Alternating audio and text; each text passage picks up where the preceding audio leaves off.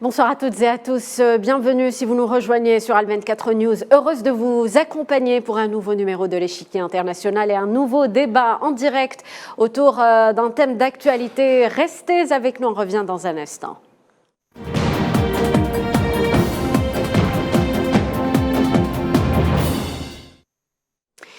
Et oui, la France est à l'origine d'un nouvel épisode de brouille avec l'Algérie. Elle semble être cette fois-ci dans de mauvais draps. Pour Alger, ses agissements dépassent tout entendement. Depuis la semaine dernière, l'affaire, vous le savez, défraie la chronique et suscite de multiples réactions.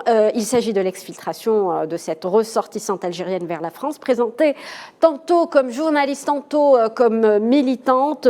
Il s'agit encore d'une nouvelle manœuvre très vite, d'ailleurs portée par les médias français qui n'ont pas hésité à ouvrir le feu sur l'Algérie jusqu'à aujourd'hui. Quelles conséquences sur les relations algéro-françaises qui ont déjà vécu, rappelons-le, de multiples perturbations par le passé? Par ces agissements, la confiance entre les deux pays est-elle carrément rompue ou remise en question? Cette énième ingérence qui a fait sortir d'ailleurs Alger de ses gonds est-elle de trop? Nous allons justement faire réagir nos invités autour de ce sujet.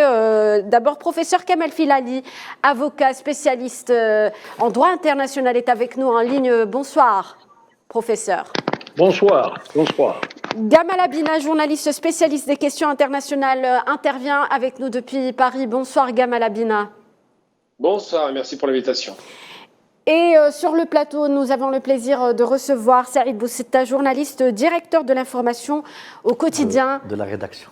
Directeur de la rédaction du quotidien L'Expression. Merci d'avoir accepté notre invitation. Bonsoir. C'est moi qui vous remercie de m'avoir invité. Alors, on va d'ailleurs commencer avec vous, Saïd Boussetta. C'est un nouveau malaise dans les relations algéro-françaises après cette nouvelle affaire qui ne ressemble pas donc aux précédentes brouilles, n'est-ce pas?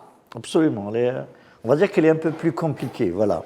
Les précédentes étaient des déclarations malencontreuses de présidents des présidents de la République française, oui. Que la dernière en date, celle du président Macron, enfin, qui a parlé de rente mémorielle de pays qui n'existent pas avant, etc., d'absence de nation algérienne avant.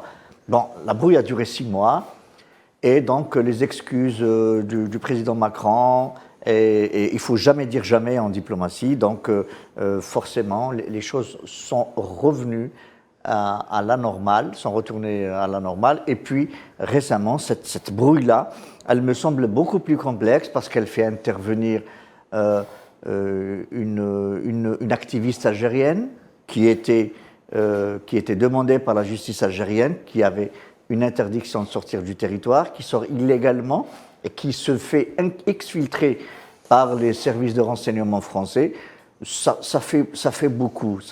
Donc je pense, je le redis, il ne faut jamais dire jamais en diplomatie, mais ça me paraît autrement plus compliqué que les premières, effectivement.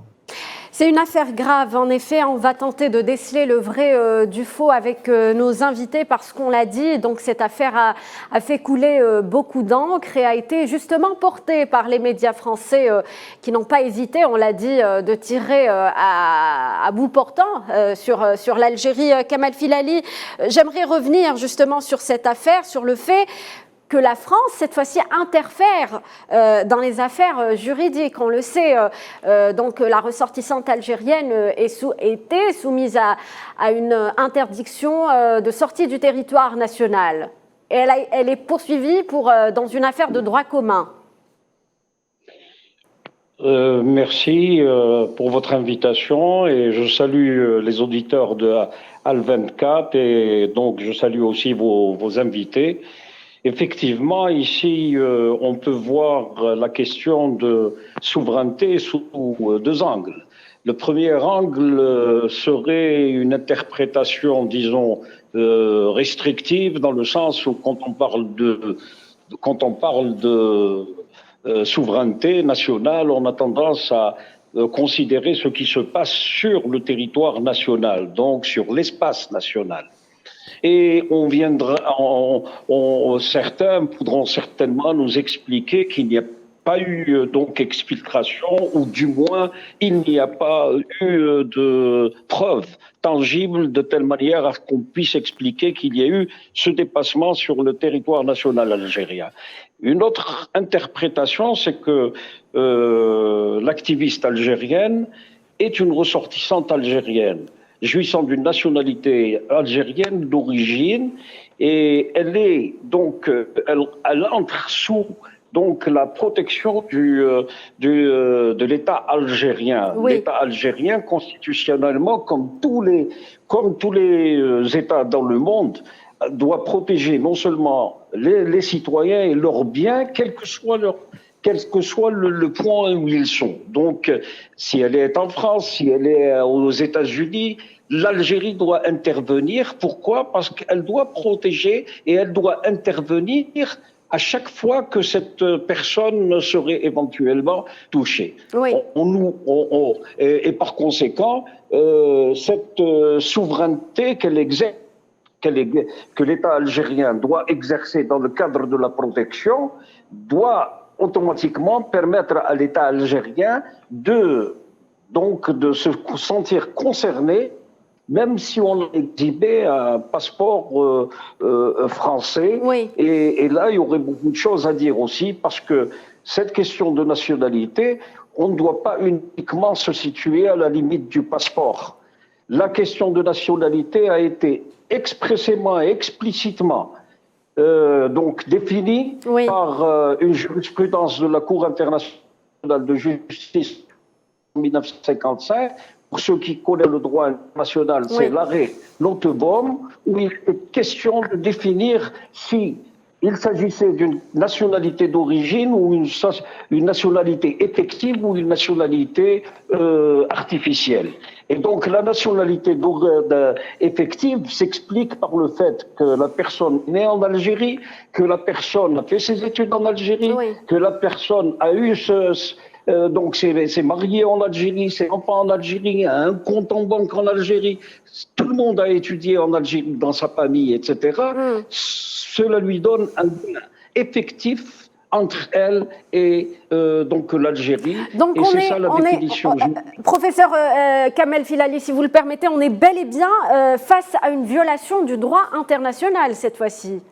Ah oui, là il n'y a pas de doute. Il n'y a pas de doute, parce que j'estime dans mon approche que cette activiste doit, même si elle rejette la protection algérienne, elle ne pourra pas. C'est une ressortissante algérienne.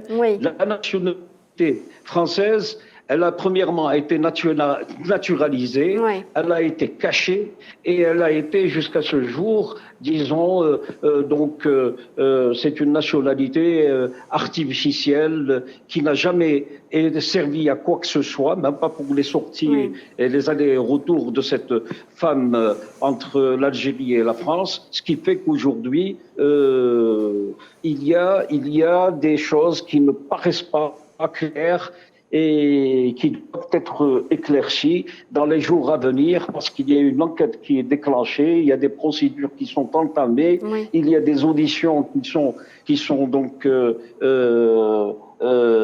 exercées par le tribunal. Je crois que c'est au niveau de Annaba que ça se passe, et seul quand on aura tous les détails sur cette affaire, on pourra éventuellement l'étudier dans le... Petit souci de liaison avec vous, professeur Kamel Filali. On va revenir à vous, Gamal Abina. Il était donc important si vous voulez, de rétablir les choses dans leur contexte, surtout que beaucoup a été dit autour de cette affaire, Gamal Abina, notamment par les médias français qui ont même jugé la réaction d'Alger incohérente. En quoi réside, selon vous, cette incohérence ? Je vais répondre simplement à cette ineptie, parce que je n'accepte pas ce genre de leçon donnée à l'Algérie. Salah Hamouri. Étrangement, ce franco-palestinien, qui est disons français, de nationalité, a marié avec une Française, Elsa Lefort. Eh bien, ce franco-palestinien, lui, on ne s'est pas précipité pour le sauver des griffes d'Israël, étrangement. on a une empathie pour certains Arabes qui n'est pas la même que pour l'Algérie. Cette femme n'est pas française, elle est algérienne. Et elle a obtenu effectivement, ça a été rappelé par mariage, une acquisition de nationalité qu'on appelle naturalisation. Donc c'est une acquisition qui lui a bien servi pour le coup, mais ce n'est pas une Française, c'est une Algérienne avec un papa algérien, un colonel, qui ont tous bénéficié à plein du système algérien. Donc l'éducation, une classe moyenne qui n'était pas trop pauvre non plus, ça va, et surtout une position au départ intéressante, je le dis, de Barakat, qui était intéressante dans la mesure où effectivement il remet en question un système qui se reproduisait par lui-même avec un président malade, c'est vrai. Oui. Mais il se trouve qu'il y a 2 jours, j'ai discuté avec un proche qui l'a connu sur Barakat à Paris. Il a voulu me voir pour m'expliquer quel était réellement et m'expliquer les différents dérapages qu'elle a pu produire un temps et qu'ils n'ont pas voulu suivre. Un homme très très sympathique d'ailleurs, au demeurant, un ancien journaliste d'El-Watan, qui m'a expliqué simplement que, au bout d'un moment, il voyait qu'elle n'était pas gérable. C'est le terme qu'il a utilisé. Et ils ont commencé à s'écarter d'elle. Donc, c'est pour dire qu'au départ, sa position était intéressante, puis au fur et à mesure, elle a commencé à déraper parce qu'on en a fait une égérie. C'est d'ailleurs un Chourk qui a fait d'elle une célébrité. Et en France, on la présente comme une sorte de Madone, comme une sorte de Jeanne d'Arc de la liberté en Algérie. Ça a été monté en boucle. Et je pense, moi, effectivement, qu'au-delà du fait qu'il n'y a pas de respect des règles de droit, parce qu'on parle du droit, l'Algérie, c'est un pays qui a du droit malgré tout, même si on l'aime pas, même si c'est pas le droit occidental, il n'en demeure pas moins que c'est un pays où il y a des règles de droit, que la Tunisie aussi, souveraine, n'a pas été respectée. Oui. Mais en dehors de tout cela, il faut rappeler tout de même une chose importante. Au nom de quoi la France va exfiltrer une femme qui n'est pas française, mais qui l'a obtenue par acquisition de nationalité, comme s'il y avait un besoin absolu et nécessaire. Au nom de quoi ils font cela? Ça, je ne le comprends pas. Et deuxième chose importante à rappeler, je pense que l'Algérie se grandirait de ne pas faire monter en boucle cette femme qui ne représentait personne. Ils l'ont présentée comme journaliste alors qu'elle est juste chroniqueuse sur un média, effectivement, Radio Oui. M. Ils l'ont présentée comme opposante alors qu'elle n'est pas opposante. Elle est juste une ex-opposante qui, au fur et à mesure, est devenue plutôt une sorte de troublion. Mais comment réagissez-vous au fait que les médias l'ont présentée justement en militante parfois, en journaliste, le fait que les médias aussi français, certains médias attaquent l'Algérie au lendemain donc, de cette affaire? Vous savez, il y a un problème en France, il y a un problème. Il y a un monsieur Macron qui a voulu un rapprochement, il a mis le paquet pour y arriver avec 16 ministres qui ont été présents après son voyage. Monsieur Macron est proactif pour raviver la flamme entre la France et l'Algérie. Mais il y a en France des courants extrêmement violents, des anciens d'extrême droite, des anciens d'Algérie française, des anciens radicaux, ou toujours radicaux demeurant, qui feraient n'importe quoi pour monter en épingle un personnage aussi insignifiant. Et je dis insignifiant parce que les propos qu'elle a tenus récemment sur le prophète l'ont disqualifié. Eh bien, ces gens-là ont besoin d'avoir des opposants de pacotille pour faire monter la boucle. Et je pense, et je le dis sincèrement aujourd'hui, je pense que l'Algérie est dans son bon droit de dire qu'il faut dénoncer cela, mais il ne devrait pas rentrer dans ce piège. Elle n'a pas d'importance, qu'il la laisse, qu'il l'oublie. Si elle voulait être française et si elle voulait voir la Tour Eiffel, eh bien qu'elle dégage. Je suis catégorique là-dessus. Une ou un Algérien qui a un problème avec les autorités algériennes et qui a un problème avec la loi, il doit faire face s'il peut. Et s'il ne peut pas, à ce moment-là, il trouve des moyens. Il y a toujours des terrains d'entente. Mais il ne se positionne pas comme une sorte d'instrument à destination de l'Occident. Peut-être qu'elle ne l'a pas fait volontairement. Mais de toute façon, les journalistes français font tout pour que ça fonctionne. Et d'ailleurs, j'en veux pour preuve que le journal qui a parlé d'elle en premier, alors que c'est une obscure inconnue, personne ne la connaît en France, je vous le dis. Personne ne la connaît. On va être très clair. Eh bien, c'est Le Monde qui a fait sa publicité. Oui. D'abord Chourk en Algérie et Le Monde ensuite. Et Le Monde, c'est un organe de presse très important qui a donné le là. À partir du moment où Le Monde donne une information, toute la presse s'en empare et évidemment tous les radicaux, ils vont de les leçons à donner à l'Algérie. Je réponds à nouveau, je répète, Salah Hamouri n'a pas bénéficié du même soutien de ces journaux. Une réaction à Saïd Bousta, Gamal Abina pense que ce n'est pas la France officielle qui est derrière, qui est donc derrière cette affaire. Une chose, je suis journaliste et Madame Bouraoui ne l'est pas. On ne devient pas journaliste parce qu'on a envie de le devenir. On le devient parce qu'il y a une expérience, il y a un travail à faire, il faut faire le terrain. Le journalisme est un métier qui a ses règles. Et qui a ses contraintes et tout le reste. On ne devient pas journaliste parce qu'on a envie d'embêter le pouvoir. Donc ça, c'est réglé. Ça, c'est clair. Elle n'est pas journaliste. C'est-à-dire que si la presse française la présente en tant que telle, c'est malhonnête de la part des journalistes français de présenter Amina Bouraoui comme une journaliste. Elle ne l'est pas. C'est clair, net et précis. Il n'y a rien à dire là-dessus. C'est une gynécologue de formation et de profession. Un très beau métier, mais elle n'est pas journaliste. Oui. Ça, c'est clair.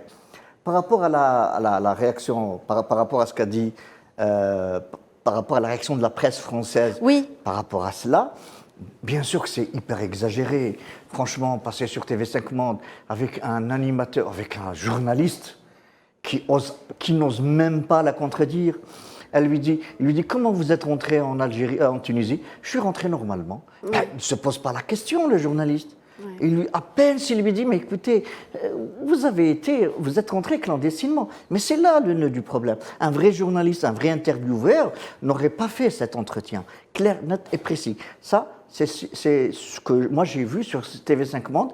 Oui, quand on voit les unes des presses également, de la presse française qui... J'ai vu la une, la presse, Le Monde, ils ont ramené un Algérien, donc, un il y a eu un acharnement expert qui a dit que l'Algérie tombait dans la dictature, etc. Franchement, quand je vois, moi, qu'en France même, des 30 ou 60 jeunes hommes et jeunes femmes ont été éborgnés et pas un policier n'a été poursuivi en justice. Il y a eu des gens qui ont été estropiés, qui ont perdu un pied ou une main pendant des manifestations. Et c'est des manifestants pacifiques. Ce ne sont pas les Black Blocs qui ont tué des yeux éborgnés. Et plus encore, vous savez qu'en France, il y a eu 2000 poursuites en justice. Sur les 2000, il y a 1 millier de manifestants français qui ont été condamnés à 1 année de prison ferme pour avoir manifesté pacifiquement en 2018-2019. Écoutez, ça a duré très longtemps, ça a duré je ne sais plus combien, 70 ou 100 samedis, 170 ou 100 semaines, et l'Algérie n'a pas dit un mot sur ce qui se passait. Et bon, Amira Bouraoui, elle risquait une peine de 2 ans de prison. Et il y a, comme l'a dit votre professeur, invité, oui. l'Algérie est un pays de droit. Ça n'est pas. Vous savez, vous prenez un Français qui dit du mal de la Shoah, ben, il fait 2 ans de prison. Il fait même plus. Et c'est aussi un état de droit. Alors, donc, chacun voit le droit à sa porte. Nous, en Algérie, il y a des textes de loi qui vous disent que si vous portez atteinte à la religion, vous risquez tant, eh ben ne le faites pas, pas à la ligne. Oui. N'allez pas contredire la loi algérienne pour dire que la loi est mauvaise. Mais c'est vous mais c'est Amira Bouraoui qui est sorti des limites de la réglementation algérienne.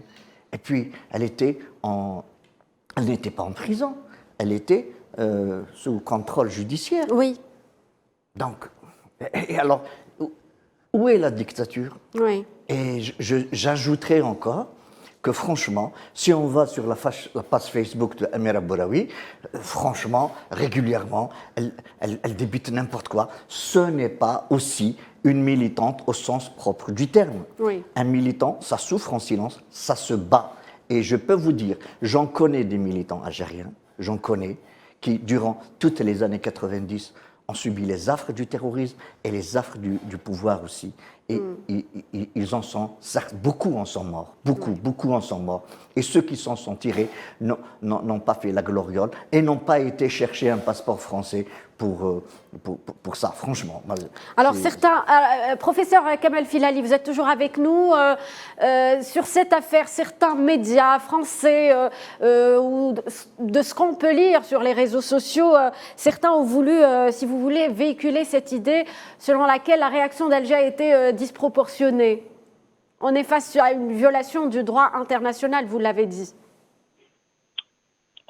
C'est-à-dire que l'Algérie, quand même, a montré une certaine maturité dans son attitude et son comportement. Pourquoi? Parce que nous n'avons pas cherché à réagir avec brutalité, et j'espère qu'on ne le fera pas. On continuera dans le cadre de cette maturité, de cette diplomatie qui veut que nous répondons par les moyens de droit. L'Algérie étant un État de droit, elle ne peut que croire en la règle de droit et l'observer et la respecter. Malheureusement, ce qui se passe en France, où nous constatons quand même qu'il y a un courant peut-être, parce qu'après le réchauffement qu'il y a eu avec la visite président Macron et ensuite la première ministre qui s'était déplacée avec une armada de ministres pour le réchauffement des relations et la reconstruction, nous avons pensé que nous allions dans le sens du partenariat et que nous avions tourné cette page qui nous bloquait. D'autant plus que la France et l'Algérie avaient désigné leur propre historien pour s'atteler à la question mémorielle. Oui. Hélas, je dis, hélas, ce qui se passe, on ne le comprend pas. Moi, personnellement, quand j'analyse, je me dis qu'il y a certainement un courant qui n'a pas compris que le verdict de l'histoire est tombé définitivement et que l'Algérie est un pays indépendant. Et que ceci est irrévocable et que nous pouvons construire ce pays avec d'autres, bien sûr, des partenaires, qu'en respectant le principe cher à l'ONU, l'égalité donc souveraine des États et la non-ingérence dans les affaires des tiers. C'est ça les principes. Oui. L'ONU commence dans... Mais ce qu'il y a aussi, c'est la rapidité d'exécution de cette opération, c'est-à-dire l'arrivée, le départ, etc. C'était pratiquement une course contre la montre. Oui. Pourquoi ? Parce qu'on n'a même pas donné, à mon avis, parce que moi j'ai pas vu le ministère de la Justice réagir, et le problème qui se pose, c'est que dès qu'on avait appris qu'il y avait une violation de l'interdiction de quitter le territoire national, qui est parfaitement légal, c'est un article dans notre code pénal. Oui. Donc, dès qu'il y a cette violation, il fallait donc un mandat d'arrêt international à transmettre aux Tunisiens, accompagné d'une demande d'extradition, accompagné d'un dossier d'extradition, puisque un traité bilatéral d'extradition existe entre l'Algérie et la Tunisie. Oui. Et soumettre la question au juge tunisien, Oui, qui aurait pu trancher en étudiant... Sauf qu'entre-temps, il y a eu l'interférence de la France. Sauf qu'entre-temps, il y a eu donc l'interférence de la France. Et voilà, c'est-à-dire qu'il y a eu rapidité et que, à mon avis, on n'a pas pu respecter les procédures parce qu'avec l'extradition et la soumission à un juge donc tunisien indépendant, ils auraient pu, comme ça a été déjà fait dans des affaires, dans un passé qui n'est pas très lointain, où un juge a dû trancher entre la France et l'Angleterre. Oui. C'était judiciaire et c'était politique, et c'était l'Algérie qui avait donc le droit et la priorité pour l'extradition de certains qui étaient demandés par la justice algérienne, soit parce qu'ils ont commis un crime, soit parce qu'ils sont recherchés par la justice algérienne pour qu'ils soient présentés à cette dernière et donc se présenter devant un juge qui tranchera dans le cadre du respect du procès équitable et du respect des droits de la défense, etc., etc. Oui, oui. Alors, cela n'a pas été fait, mais je crois que c'est la rapidité d'exécution qui a empêché toutes ces procédures parce qu'elles sont connues, etc. Et moi, je suis pratiquement, je suis certain que si on avait respecté les procédures, on aurait ramené la personne sur le territoire national. Alors, on s'interroge actuellement sur la posture dans laquelle se retrouve la France. Gamal Abina, à quoi peut-on s'attendre dans les jours à venir, dans les semaines à venir ?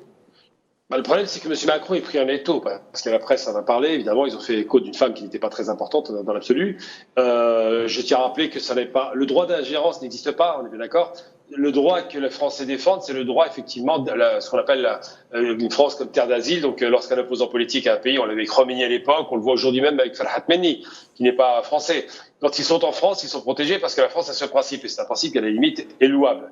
Là, on est sur autre chose. On a voulu créer de toutes pièces une sorte de droit de protection internationale. C'est de l'ingérence à l'étranger, et effectivement, M. Macron se rend bien compte que s'il livre cette femme, il passe pour un collaborateur, parce que c'est ce que tentent tous les radicaux, oui. Et s'il ne la rend pas, évidemment, il passe pour un type qui n'a pas respecté le droit international. Mais j'ai envie de dire simplement, moi je pense que au-delà même de cela, on se rend bien compte à l'époque, Gérard Longuet par exemple, la violence qu'il avait exercée sur l'Algérie. Je vous donne un exemple vous parler un petit peu de l'état général de certaines personnes en France qui ne sont pas nécessairement d'extrême droite. Lorsque vous sortez un drapeau algérien, quand il y a une victoire algérienne, immédiatement, ça fait les débats. Il y a des gens qui veulent faire des lois pour interdire la sortie du drapeau. On en est là quand même en France. C'est vraiment une atmosphère très lourde, très pesante, qui donne le sentiment que dès qu'on parle d'Algérie, c'est littéralement de l'hystérie. Et je répète régulièrement dans tous les médias dans lesquels je passe que côté algérien, la guerre d'Algérie s'est arrêtée en 62 et ça s'est apaisé malgré tout. Évidemment, l'histoire n'est pas passée. Les douleurs sont là, mais il n'y a pas cette espèce d'hystérie anti-française qu'on observe en France par rapport à l'Algérie. Donc il y a bien des courants obsessionnels anti-algériens et Macron est coincé. Il ne peut pas s'en défaire parce que s'il donne trop de concessions, il va être traité de Merci, on arrive pratiquement à la fin de l'émission. Dernier mot, Saïd Bouzta, sur l'avenir réservé aux relations algéro-françaises. Comme je l'ai dit, on ne peut pas dire que tout est cassé. Ça va se reconstituer d'une manière ou d'une autre. Peut-être pas sous le mandat de Macron, peut-être pas sous le mandat de Tebboune, peut-être dans je ne sais combien de temps, ça finira par se recoller. Cela dit, moi j'ai constaté une chose, c'est que le lobby anti-algérien n'existe pas seulement au sein de l'opposition française ou dans les partis français. Il est même au sein de l'armée française. Oui. Il y a un historien français qui le dit. Il y a des archives algériennes, des archives françaises que l'armée refuse d'ouvrir. Et puis je rebondis sur cette histoire, sur cette commission mixte. Rapidement, Saïd Bouzta, parce qu'on arrive pratiquement à la fin de l'émission. En 2 minutes, la commission mixte qui a été installée, et l'Algérie est tranquille par rapport à la commission mixte, parce que toutes les vérités historiques qui vont sortir ne seront certainement pas contre l'Algérie. Donc cette commission, si elle avait fait son travail, on aurait abouti à l'histoire, au crime commis par la France. Et cette frange-là, cette Algérie, ces ultras de l'Algérie française refusent et créent de toutes pièces. Ils sont dans les services secrets aussi. Donc cette affaire porte atteinte, en tout cas porte un préjudice aux relations algéro-françaises, on l'a dit. Merci à tous mes invités de nous avoir éclairés sur ce sujet. Merci à vous, chers téléspectateurs, de nous avoir prêté attention. Passez une très bonne soirée sur Al 24 News.